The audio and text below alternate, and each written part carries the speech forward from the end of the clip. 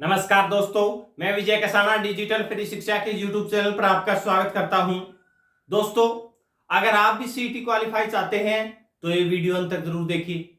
इसके अलावा अगर आपको भी जानकारी चाहिए कि जो अब तक ग्रुप सी की भर्ती में फॉर्म भरे गए हैं, वो जो न्यूज ग्रुप्स में वायरल हो रही है वो सच है या झूठ है, तो उसको लेकर भी इस वीडियो में चर्चा होने वाली है। ये दोनों जानकारी अगर आप चाहते हैं तो वीडियो में आगे बने रहें, वरना वीडियो को यहीं से आप स्किप कर सकते हैं।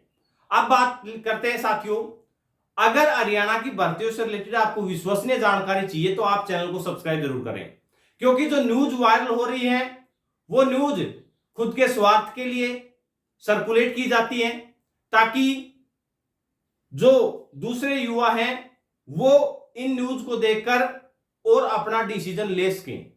और न्यूज फेक होती है, वो भी आपको जानकारी भी आपको दिखाएंगे। पहले तो साथियों बात कर लेते हैं सरकार की मंशा पर, कि सरकार की मंशा क्या है ग्रुप सी भर्तियों को लेकर, या फिर हम कहें सीईटी क्वालिफाई को लेकर। सीईटी क्वालिफाई तो किया जा सकता है, मगर सरकार अगली भर्तियों पर लागू करना चाहती है। तो यह तो साथियों कन्फर्म है कि अगला सीईटी तो क्वालिफाई होने वाला है, अगला सीईटी तो क्वालिफाई होगा, लेकिन सभी की डिमांड तो इस सीईटी क्वालिफाई पर है, क्योंकि इसमें काफी पदों के ऊपर भर्तियां हैं।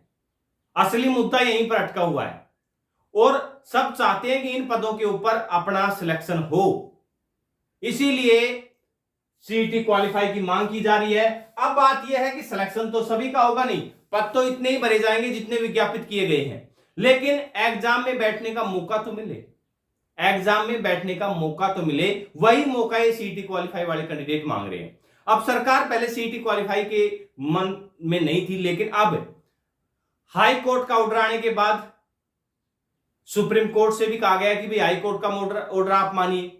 अब उस ऑर्डर के बाद सरकार पॉलिसी के तहत ही भर्ती करा सकती है। अब पॉलिसी है वो है पोस्ट वाइज है पॉलिसी।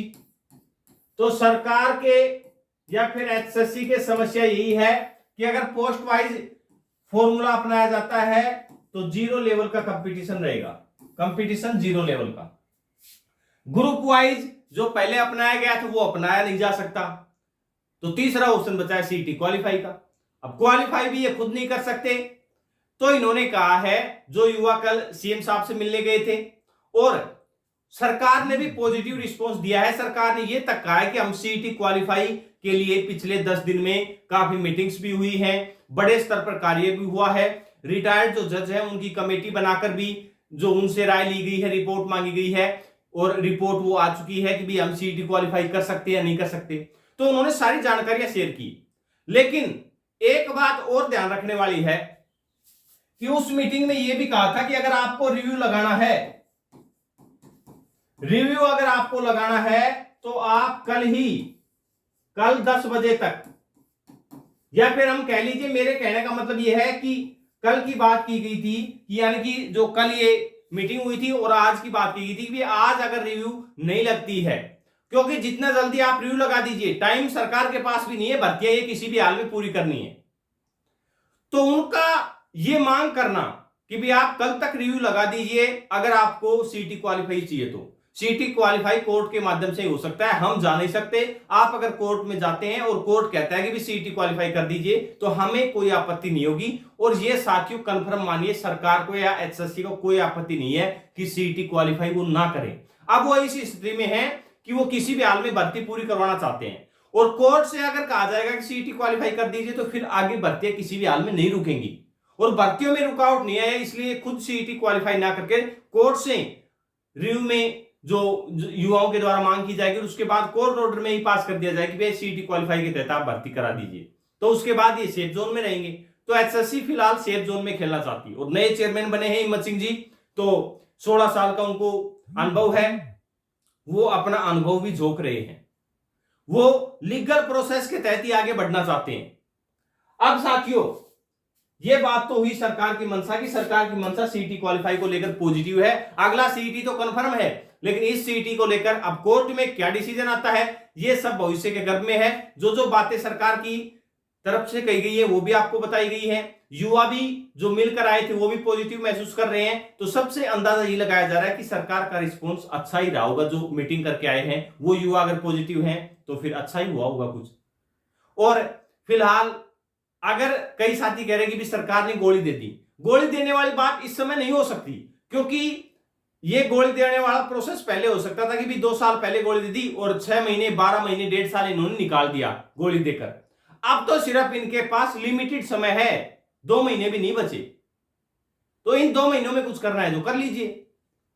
फिर उसके बाद तो आपको पता है चुनाव भी है, और भर्तियों का चुनाव के ऊपर कितना बड़ा इफेक्ट पड़ेगा वो भी आप समझते हैं।